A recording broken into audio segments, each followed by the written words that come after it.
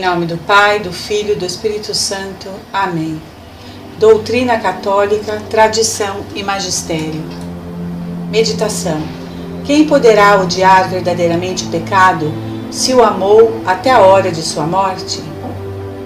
Diz São Jerônimo: de 100.000 pecadores que vivem em estado de pecado mortal até a hora da morte, apenas um se salva.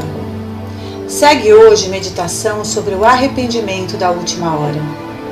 Para isso, novamente recorrerei aos textos de Santo Afonso Maria de Ligório, exortando com amor paternal a que possamos nos corrigir, não amanhã, mas hoje, agora, pois não sabemos o dia nem o momento de nossa morte e precisamos e devemos buscar incessantemente a salvação de nossa alma.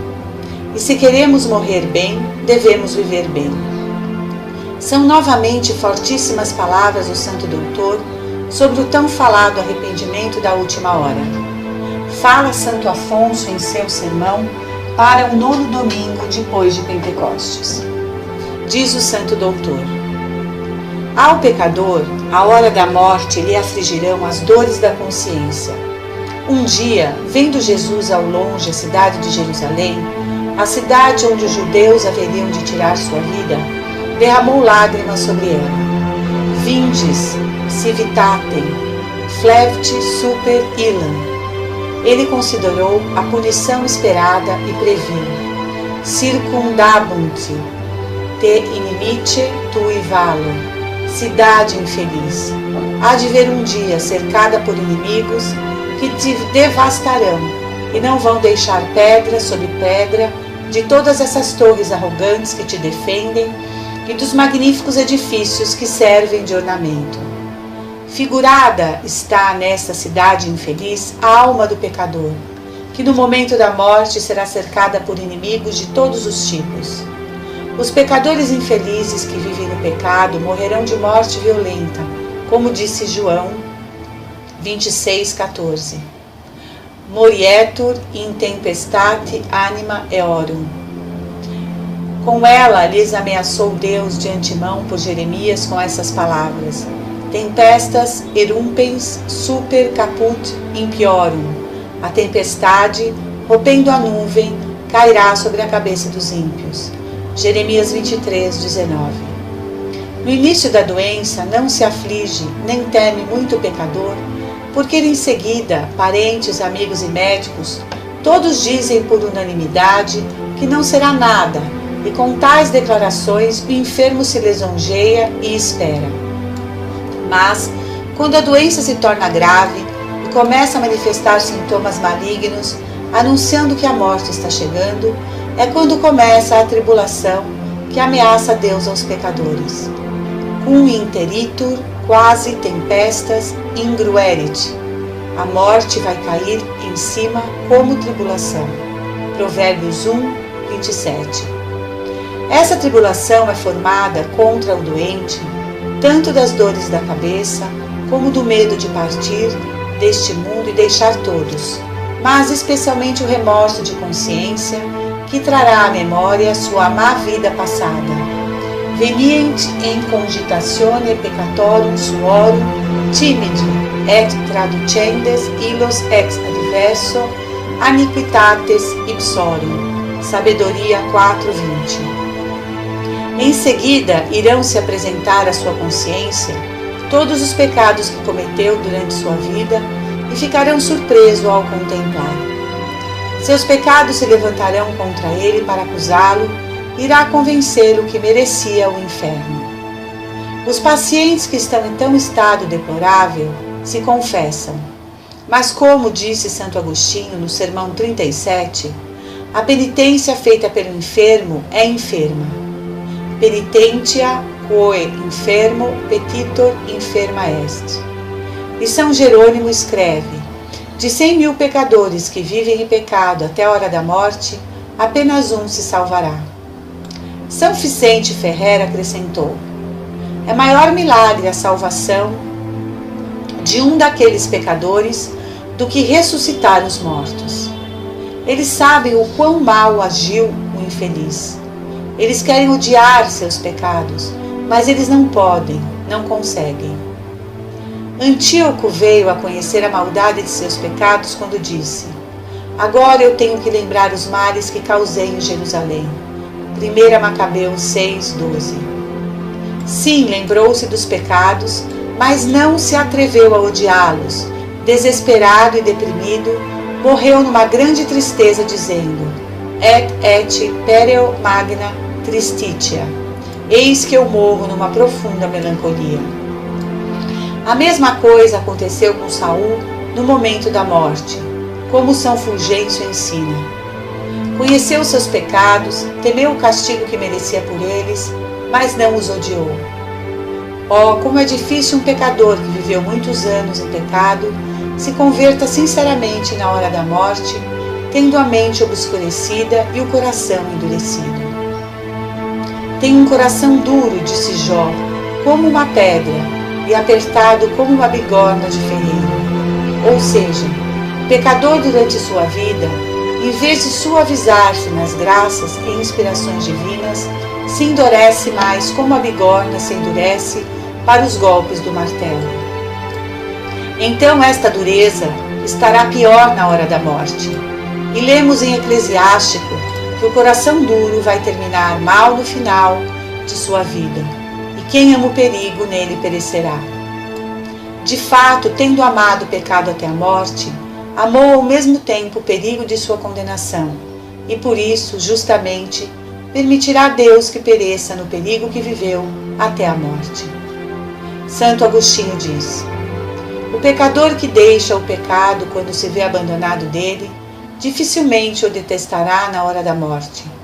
Mas como poderá odiar de coração o pecado se o amou até a hora da morte? Ele também deve amar o inimigo que até então odiava. Oh, que montanhas serão estas, tão difíceis de superar!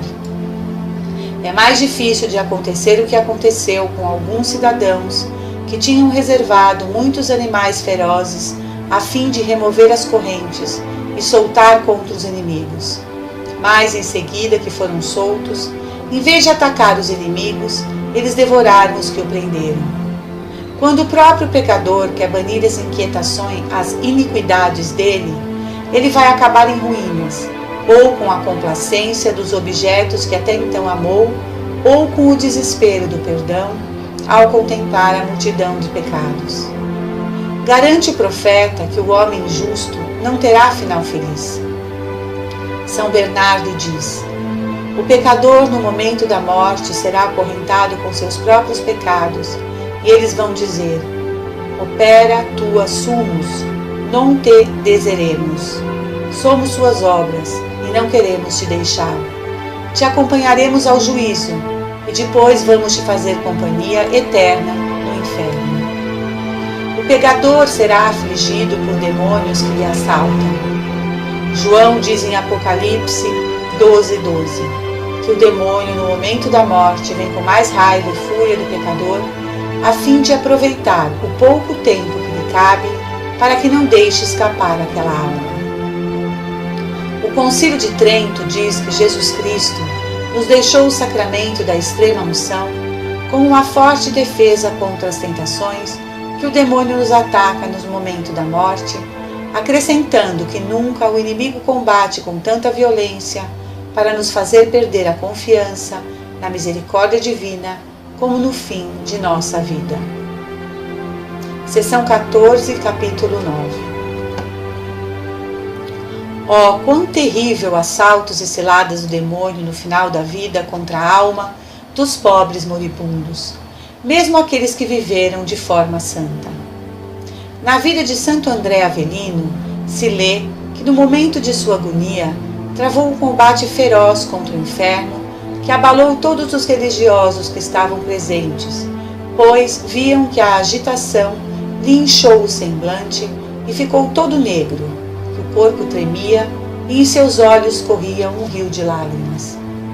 Todos choraram com compaixão e ficaram chocados vendo o santo morrer desta forma, mas em seguida se consolaram ao ver que, presenteando-lhes uma imagem de Maria Santíssima, se recompôs inteiramente e exalou alegre sua alma bendita.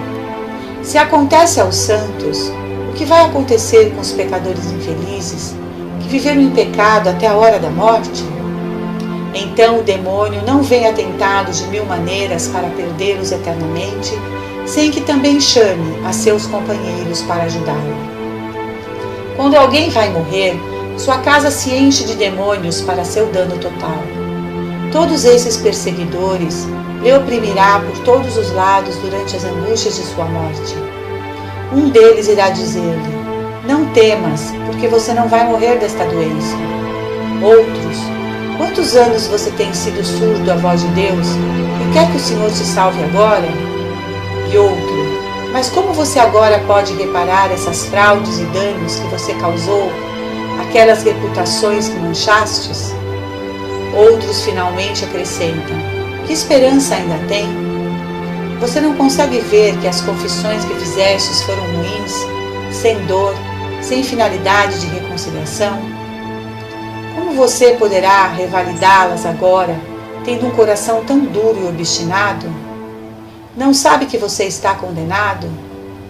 E entre essas ansiedades e ataques, o pobre moribundo fica confuso e desesperado e vai passar a eternidade cheia de sofrimentos. Turbatumbur populi et pertransibuntum. Jó 39:20. Para fazer uma longa e difícil viagem, deve-se preparar com antecedência para todas aquelas coisas que podem ser úteis ou necessárias. A viagem para a eternidade devemos fazer entre inimigos duros e difíceis, tais como demônios, que não deverão deixar de lutar contra nós até nosso último suspiro. Nos são necessárias as boas obras, como a água para os que viajam pelas areias áridas da Líbia. O que será, portanto, dos pecadores nesta última jornada para a eternidade, quando se verem sem ter feito boas obras e rodeado por todos os lados de inimigos que só pensam em precipitá-lo no abismo do inferno? Afligem-lhe os tormentos da morte eterna. Ai daquele doente que cai na última doença, estando em pecado mortal. Aquele que vive em pecado até a morte, morrereis no vosso pecado. In peccato vestro morieminique. João 13:21. É verdade que a qualquer momento um pecador é convertido. Deus promete perdoar. Mas a nenhum pecador ele prometeu que ele permitirá que se converta na hora da morte. Isaías nos diz para buscar o Senhor enquanto podemos encontrá-los. De onde se conclui que haverá um tempo para alguns pecadores que buscarão a Deus e não poderão encontrá-lo. João 7:34. Se confessarão os desaventurados à hora da morte, prometerão, chorarão, buscarão a misericórdia de Deus, mas sem saber o que fazem.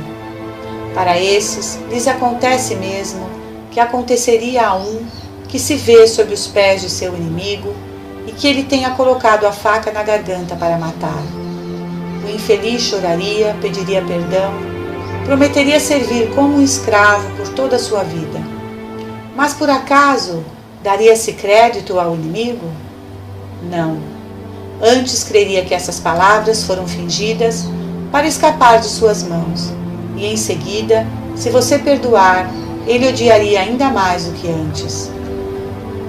Da mesma forma, Deus, vendo que todo arrependimento e promessas do pecador moribundo não saem do coração, mas são frutos do medo da condenação eterna, que parece tão perto, não concede o perdão, porque o temor que não está acompanhado pelo amor de Deus não pode justificar o pecador, como diz o Evangelho: qui non diligit, menent in morte. O padre que ajuda os moribundos faz a recomendação da alma e implora ao Senhor, dizendo: reconhece, ó Senhor, esta sua criatura. Mas Deus responde: eu sei que é minha criatura, mas ele não honrou-me como seu Criador. Ele me tratou como inimigo. Ainda assim, segue suplicando o sacerdote, dizendo: não os acordeis de suas antigas iniquidades. E Deus diz: Eu perdoaria os seus pecados cometidos no passado, em sua juventude, mas ele continuou desprezando-me até a hora da morte. Me voltaram a espada e não o rosto, e agora, no tempo da sua calamidade, querem que eu livre do castigo? Que chame os seus deuses, isto é, aquelas criaturas, riquezas, aqueles inimigos que amaram mais do que a mim. Pedi-lhes para vir agora para livrá-los do inferno que os espera. A mim somente tenho que castigar as ofensas que eles me fizeram. Eles rejeitaram as minhas ameaças, feitas aos pecadores obstinados, e não deram atenção a nenhuma delas. Então, meu dever é o de punir os crimes que cometeram. É tempo da minha vingança, e é justo que se execute. Concluindo esta discussão, diga-me se alguém em pecado contraísse uma doença que lhe fizesse perder a consciência, que compaixão não causaria ver-lhe morrer tão tristemente, sem sacramentos e sem nenhum sinal de arrependimento? E não é louco aquele que, tendo tempo para se reconciliar com Deus, continua em pecado ou se volta ao pecado, colocando-se em perigo de morrer de repente? Se o Senhor nos diz que o Filho de Deus virá para julgar na hora em que menos pensamos, uma morte inesperada pode acontecer a qualquer um de nós, como aconteceu com tantos outros homens. E deve ser lembrado que todas as mortes de homens de má vida são inesperadas. Embora tenha uma doença por algum período de tempo, porque os dias da doença são dias de escuridão, dias de confusão, nos quais é difícil e até mesmo moralmente impossível ajustar uma consciência manchada com uma longa série de vícios e pecados. Diga-me, meus irmãos, se estivesse agora em perigo iminente de morrer, desenganado pelos médicos, lutando contra as agonias da morte, com quanta ansiedade gostaria que tivesse um mês inteiro ou uma semana para ajustar suas contas com Deus? Deus concede, por conseguinte, desta vez o chama e os faz saber do perigo que estás de condenar-se. Ocupe-se, portanto, do negócio de sua salvação. O que você espera? Que Deus o envie para o inferno? Vós viveis bem enquanto tiver tempo, enquanto viver na terra. Porque se for surpreso com a escuridão da morte, nada poderá fazer para garantir a sua salvação. Amanhã vou me emendar, diz o pecador enfurecido. E quem garante que você chegará ao amanhã? Isso significa que você ama mais o vício do que a Deus e despreza a inspiração divina que o Senhor envia para separar-te da borda do abismo em que você se encontra. Saiba, então, que quando quiser desviar-te dele, o Senhor te abandonará da mesma forma que você o desprezou. Porque está escrito que aquele que ama o perigo, nele perecerá. Ouça então, cristãos, dá hoje a espada ao pecado, não amanhã. Volte-se para Jesus Cristo que vos chama para o seu rebanho, com assobios amorosos, e vos espera de braços abertos para abraçá-lo.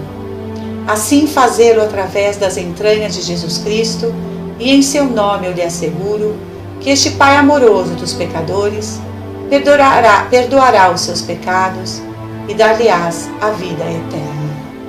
Fonte, sermão para o 9º domingo, depois de Pentecostes, Santo Afonso Maria de Ligório. Salve Maria! Senhor, dai-nos a fortaleza dos mártires. Em nome do Pai, do Filho e do Espírito Santo. Amém.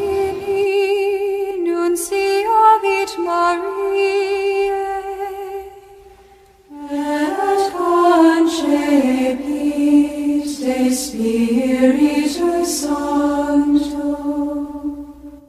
Ave Maria, gratia plena Dominus tecum, benedicta tu in mulieribus, et benedictus fructus ventris tui, Iesus.